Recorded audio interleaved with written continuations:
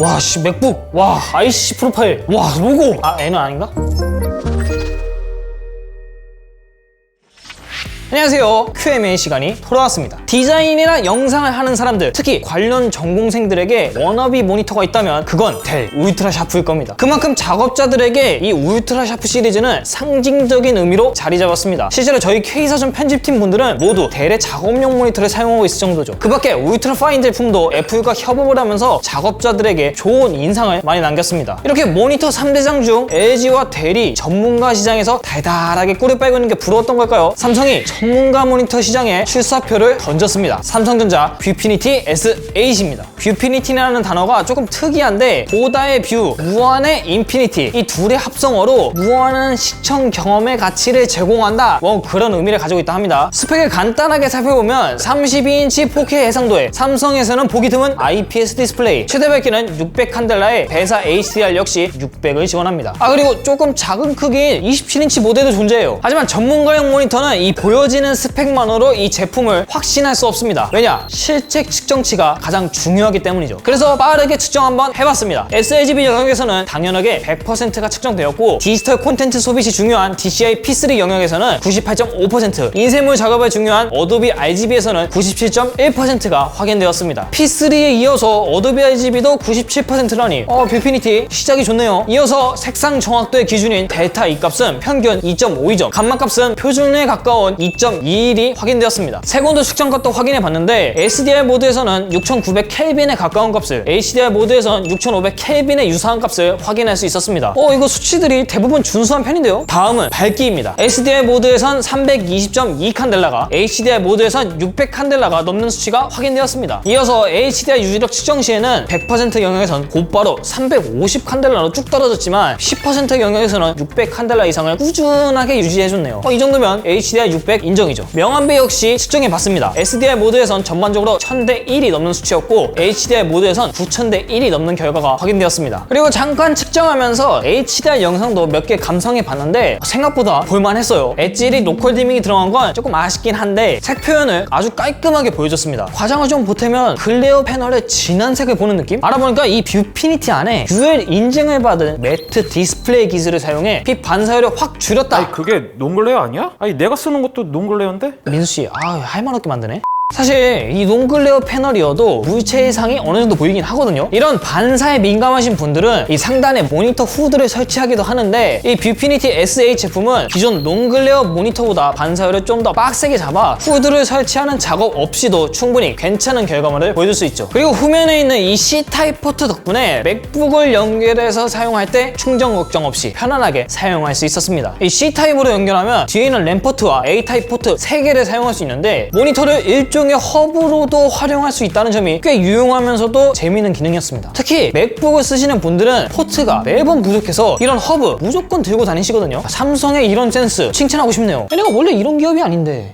맥북 얘기가 나와서 하는 말인데, 이 뷰피니티는 컬러 프로파일 정보의 ED-ID를 자동으로 제공합니다. 그래서 맥북을 쓰시는 분들은 별도의 설정 없이 그냥 연결해서 쓰시면 돼요. 그러면 윈도우에서는?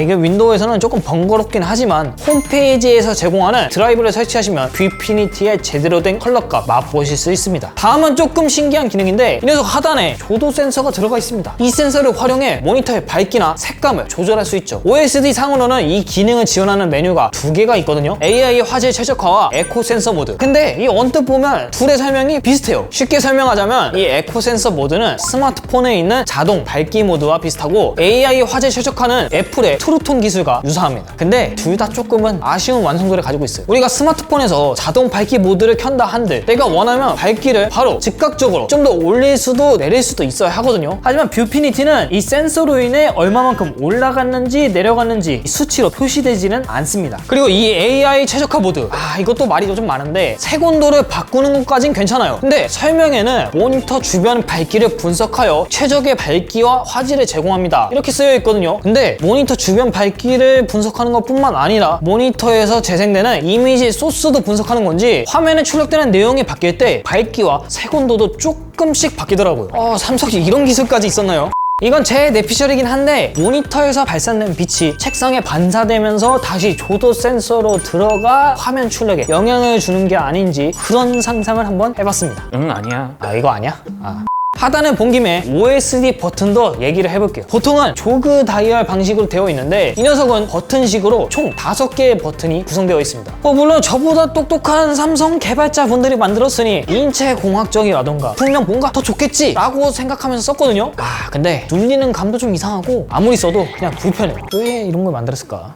다음은 스탠드 기능성 부분입니다. 엘리베이션이나 틸트, 스위블은 싹 다 되는데 피벗이 조금 애매해요. 그냥 돌리면 안 되고 이 각도를 위로 쫙 올리고 그 다음에 모니터를 서서히 돌려줘야 됩니다. 모니터를 안쪽으로 집어넣으면 피벗이 됐습니다. 32인치가 넘는 대형 모니터 제품에서 종종 이런 방식으로 피벗 기능을 넣기도 해서 이해가 안 되는 건 아니에요. 하지만 하드웨어의 삼성, 이 기술력이 삼성인데 모냥 빠지게 이런 방식은 좀 이러니까 상품평의 사람들이 피벗이 안 된다고 말을 하지. 여러분 되기는 해요. 하지만 좀 비틀어서.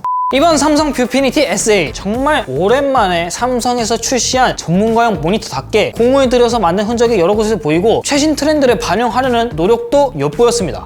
자 그러면 마무리 단계를 밟아볼까요? 이 제품 살까 말까 고민할 때 질러야 하는 분들, 첫 번째 32인치 4K IPS 거기에 어도비 RGB, DCI P3, sRGB까지 모두 우수한 수치를 가진 모니터 찾는 분들, 두 번째 C타입 90W 충전을 지원하는 맥용 모니터 찾는 분들, 마지막으로 세 번째 전문가용 모니터를 찾는데 100은 좀 그래요 이런 분들. 실제로 울트라 샤프 최신 모델도 120이 넘거든요. 그런데 이 뷰피니티 70대 후반이라는 가격, 게다가 점점 떨어지는 모습을 보여주고 있는데 이러면 충분히 전문가용 모니터 시장에 타격을 줄 수 있지 않을까라는 기대가 드네요. 그런데 32인치가 부담스러우신 분들은 27인치를 선택하셔도 좋을 것 같습니다. 듣기로는 27인치도 이와 비슷하게 괜찮은 디스플레이 품질을 가지고 있다 하거든요. 하지만 반대로 구매를 다시 고민해야 하는 분들, 첫 번째 반사율을 줄였다더니 명암비는 여전히 1000대. 이거는 좀. 두 번째 맥용 모니터라며 근데 썬더볼트가 없어? 마지막으로 세 번째 애플의 트루튼 기능.